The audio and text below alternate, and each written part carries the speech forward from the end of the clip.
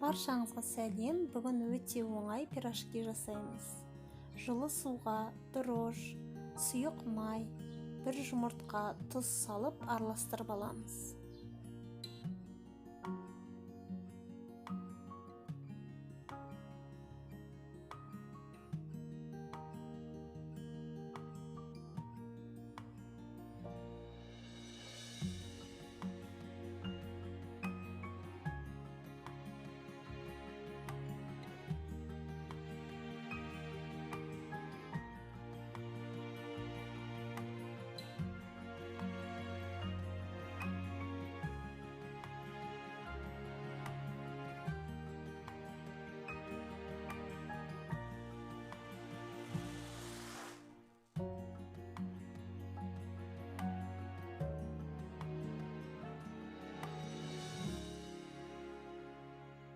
Ұнымызды біртіндеп салып, өте жұмсақ қамыр илейміз.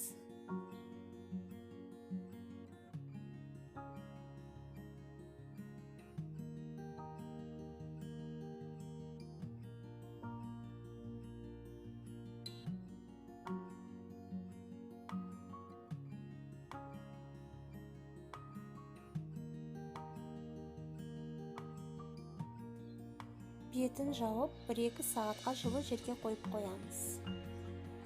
Ішіне салмасы үшін картопты пісіріп, пиязымызды қуырып, ішіне тұз, бұрыш салып, езіп аламыз.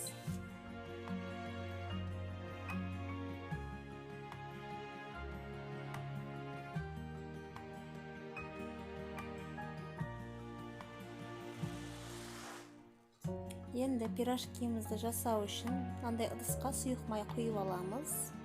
Қамырымызды алып, шетінен домалақшалар жасап, қолымызды майлап, пирожкиларды жасаймыз.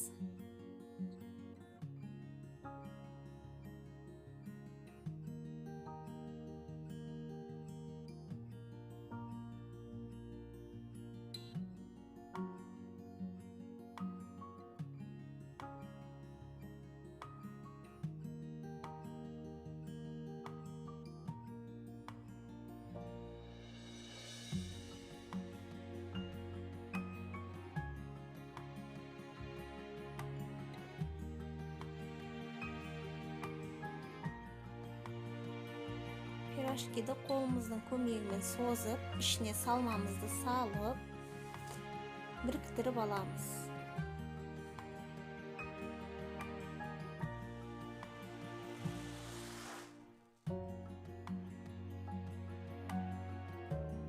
Қызып тұрған майда 2 беті қызарғанша қуырып аламыз.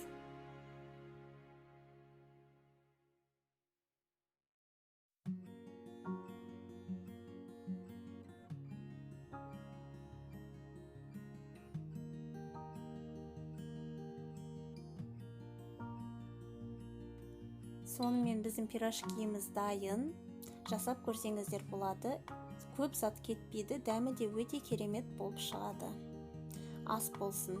Менімен болғандарыңызға рахмет.